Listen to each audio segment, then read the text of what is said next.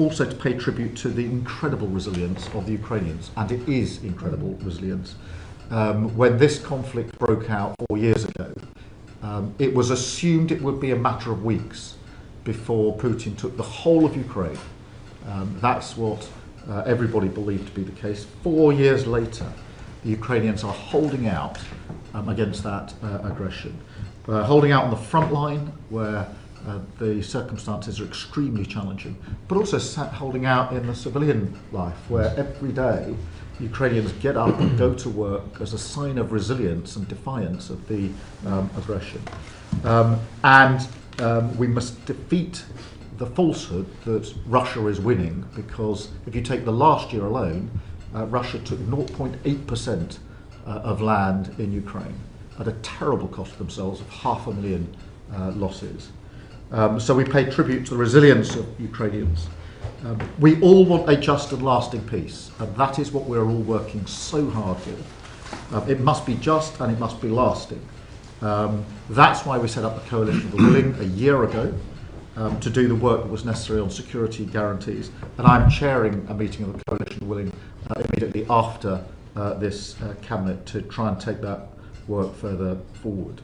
But let's be clear, in terms of getting to that just and lasting peace, it is Putin who is standing in the way. Volodymyr Zelensky has shown willing, he's taken the lead. It is Putin who is standing in the way, and that's why we must always double down on our support for Ukraine. That means capability, it means resource, it means more sanctions, and today I'm pleased that we're announcing the biggest package since 2022 in terms of sanctions package. That's 300 energy companies, Russian energy companies, that are being targeted. And we're doing a lot more work on the shadow fleet, which is essential in terms of weakening the ability of Russia to continue with this aggression. And then finally this, because this is not a remote conflict a long way away from the United Kingdom. It's about us in so many levels. It's about our values of freedom, democracy, and the right of a country to decide for itself what it does, which is democracy and sovereignty. It has already impacted us over and above the work we've done on capability, resource, sanctions, etc., because it has hit every family with the cost of living.